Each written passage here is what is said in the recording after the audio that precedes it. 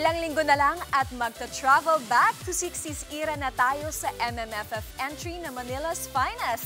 Pero bago yan, abangan niyo muna mga kapatid ang nationwide outreach activity ng cast with of course Papa P, Piola Pascual. Nasa frontline ng balitang yan si MJ Marfori. It's a wrap para sa isa sa pinaka-inaabangang pelikula sa Metro Manila Film Festival, ang Manila's Finest. It was a fun set. You know, everyone was happy, even if we were pressured. Watching the rushes, na-amaze ako dun sa cinematography, na-amaze ako sa ganda ng concept. Parang painting yung mga shots eh.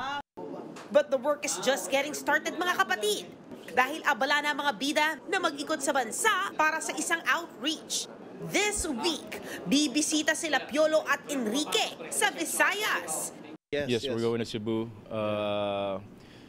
Not just to promote, but also to help our fellow men. It's nice to do groundwork and to use your influence and your celebrity to be able to help out people. Isa sa inaabangan ay ang mga eksena ni Papa P at ni rising star Ashton Olviga bilang mag-ama sa pelikula. I'm impressed kasi kahit ganong kabisi yung bata, she did her homework. Maganda yung binigay ni Ashton, you know.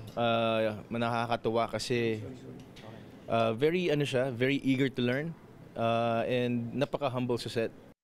Mapapanood din sa Manila's Finest ang ilan sa mga OG ng showbiz, gaya na Ariel Rivera, Joey Marquez, Romnick Sarmenta at Soliman Cruz. Kasama rin si Jasmine Curtis Smith at ang MQAA stars na sina Cedric Juan, Pearl Gonzalez, Inday Fatima, Dylan Minor, kasama rin si Ethan David at marami pang iba.